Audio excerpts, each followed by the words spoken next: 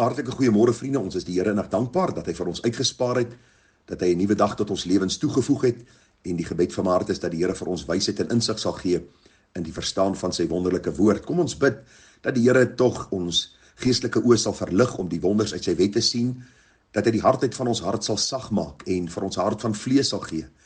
En ag vriende, dat die Here vir ons genade sal gee, dat ons wil sal onderwerp aan sy wil en dat ons die begeerte sal uitspreek, Here, leer my die wonders uit u wet. Nou vriende, ons gaan vanmôre na hierdie bepaalde saak kyk, wie het Jesus uit die dode opgewek? Dis 'n vraag wat mense vra, en dan is die vraag wat baie soortgelyk is hieraan, wie het die hemel en aarde geskape, en 'n vraag wat ook baie nou saamgaan, wie is dan betrokke by die redding van die sondaar se siel? En die antwoord is een en dieselfde, en daarom gaan ek sommer die vraag vanmôre so 2:30 in een antwoord, met die gebed van my hart dat die Here vir ons wysheid sal gee.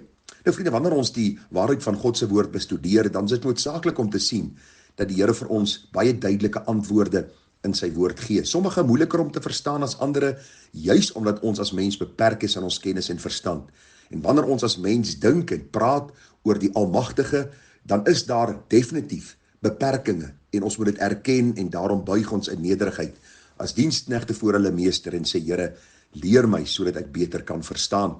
Nou vriende, as ons kyk na die Here Jesus Christus, dan sien ons alreeds in die Ou Testament dat daar die voorspelling was dat Christus na hierdie aarde sou kom. Direk na Adam en Eva se sonde, daar in die tuin van Eden, lees ons in Genesis 3:15 die moederbelofte dat die Messias na hierdie aarde sal kom. Dwars deur die Ou Testament, verskillende plekke sien ons hoe die Messias voorspel word. Dan vind ons in Jesaja 53 die baie duidelike profesie aangaande Christus wat sou ly vir ons sonde. Hy is terwille van ons oortredinge deurboor en terwille van ons ongeregtighede is hy verbrysel. En dan sien ons die aankondiging in die Nuwe Testament dat die maagd swanger sal word. Die Bybel sê die Heilige Gees sal oorskadu en wat uit haar gebore sal word, sal uit die Heilige Gees wees. Jesus, gebore uit die maagd Maria, word genoem Immanuel, God met ons.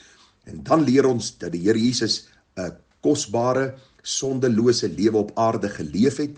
Hy het goed gedoen aan ander. En die Bybel sê vir ons, hy het die evangelie van die koninkryk van God verkondig. Hy is deur goddelose mense oorgelewer. Hy het gesterwe en nou sê die Bybel vir ons dat hy opgestaan het uit die dood. En die vraag is, wie het Christus uit die dode opgewek? As ons die Bybel gaan bestudeer, dan kry ons verskillende antwoorde wat eintlik maar een en dieselfde antwoord is. U sal onthou, ons het gister so 'n bietjie gepraat oor die drie-enige God, of kom ons sê eerder Vrydag gepraat oor die drie-enige God.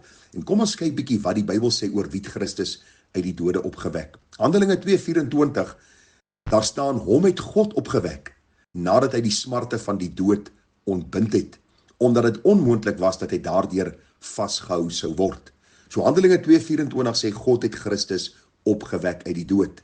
Galasiërs 1:1 sê Paulus, dat die Vader het Christus opgewek uit die dood. Paulus is 'n apostel nie vanweë mense of deur 'n mens nie, maar deur Jesus Christus en God die Vader wat hom uit die dode opgewek het. So God het Christus uit die dode opgewek. Galasiërs 1:1 sê dat God die Vader het Christus uit die dood opgewek.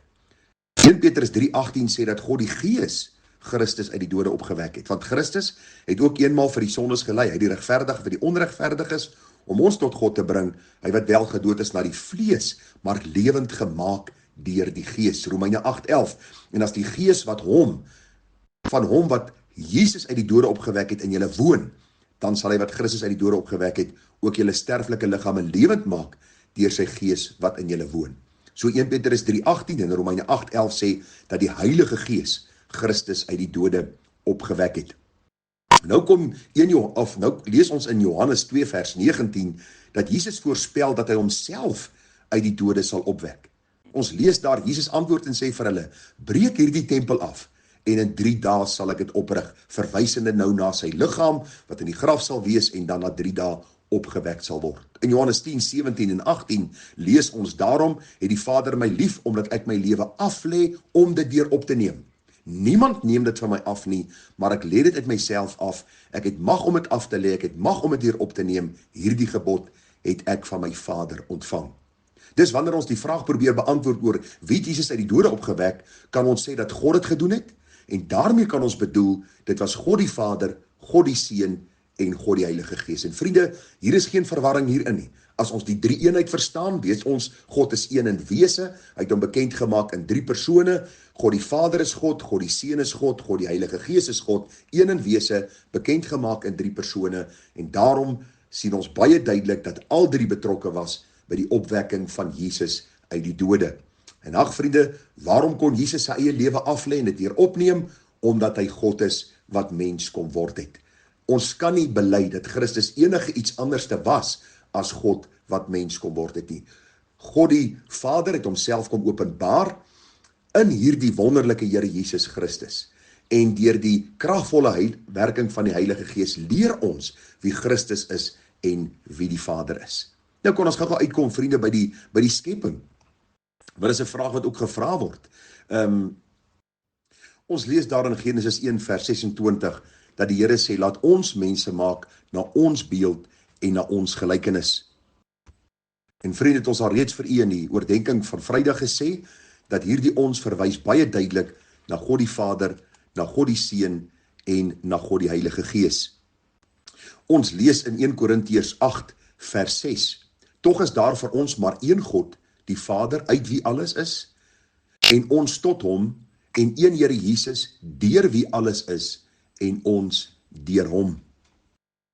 As ons gaan kyk in die woord van die Here, dan sien ons dat die Gees op die water gesweef het, en God het gesê, laat daar lig wees, en daar was lig. En daarom kan ons met sekerheid sê, dat die drie-enige God ook die skepper is. En dan, vriende, kom dit by die verlossing van ons siele uit. Hoe kosbaar om te sien dat die Here ook vir ons in die woord sê, dat die drie-enige God die redder van ons siele is. Ons lees daar in Johannes 3 vers 6, wat uit die vlees gebore is vlees, en wat uit die gees gebore is gees. En dan sê vers 16 vir ons hierdie woorde, want so lief het God die wêreld gehad, dat hy die enige gebore seun gegee het, sodat elkeen wat aan hom glo nie verlore mag gaan nie, maar die ewige lewe kan hê. U sien, dit is God die Vader wat vir ons sy liefde kom openbaar in sy seun Jesus Christus. Jesus Christus sê ek en die Vader is een. Die Bybel leer vir ons dat Christus sy lewe kom aflê het en hy het aan die kruis uitgeroep, my God, waarom het u my verlaat? En dan het hy uitgeroep, dit is volbring, die prys is betaal, die prys wat Vader wou gehad het, Christus moet betaal het vir die sonde, die onskuldige in die plek van die skuldige, sê die Bybel vir ons is betaal, en die Heilige Gees gee kragtige getuienis aangaande hierdie heerlike werk van Christus, en die Heilige Gees is die een, volgens die woord wat oortuig van sonde, van geregtigheid en van oordeel, en wat ons lei in die waarheid. En hierdie waarheid is dat Jesus is die weg, die waarheid en die lewe, en niemand kom by God die Vader uit, behalwe deur hom nie. Soos ons die skrif bestudeer, vriende, is dit kosbaar om te sien, dat God drie-enig, het Christus uit die dode opgewek, God drie-enig is die skepper van hemel en aarde, en God drie-enig is die een wat nou betrokke is by die verlossing van die mens. Vader maak hom bekend in sy liefde, deur Jesus wat na die aarde kom, en daarom sê die Bybel, en God het Christus wat geen sonde geken het nie, sonde vir ons gemaak, sodat ons kan word geregtigheid van God deur hom. Jesus vaar op na die hemel en hy sê, ek gaan die Heilige Gees vir julle gee. En dis die Gees wat sal oortuig van sonde, geregtigheid en oordeel. Hy sal julle lei in die volle waarheid en hy sal julle herinner aan alles wat ek gesê het. En daarom, die oomblik as ons weergebore word, sê die Bybel, ontvang ons die Heilige Gees, Romeine 8, vers 15, 16, 17. En hierdie Heilige Gees kom woon in ons, en die Heilige Gees roep uit, Abba Vader. En ag vriende, hoe wonderlik om hierdie waarheid in God se woord raak te sien. En ek sluit dit af met 'n paar verse daaruit Romeine 8 om die werking van die drie-enige God in die verlossing van die mens vir u te illustreer. Ag ons lees daar in Romeine 8:27. En hy wat die harte deursoek, weet wat die bedoeling van die Gees is, omdat hy ooreenkomstig die wil van God vir die heiliges intree. En ons weet vir hulle wat God liefhet, alles ten goeie meewerk vir hulle wat aan sy voorneme geroep is. Want die wat hy van tevore geken het, die het ook van tevore verordineer om gelykvormig te word aan die beeld van sy seun, sodat hy die eerstgeborene kan wees onder baie broeders. En die wat hy van tevore verordineer het, het hy geroep, die wat hy geroep het, het hy geregverdig, die wat hy geregverdig het, die het hy ook verheerlik. Wat sal ons dan van hierdie dinge sê? As God vir ons is, wie kan teen ons wees? Hy wat self sy eie seun nie gespaar het nie, maar hom vir ons almal oorgegee het, hoe sal hy nie saam met hom ons ook alles genadiglik skenk nie? Ag vriende, dit is so pragtig om dit te sien.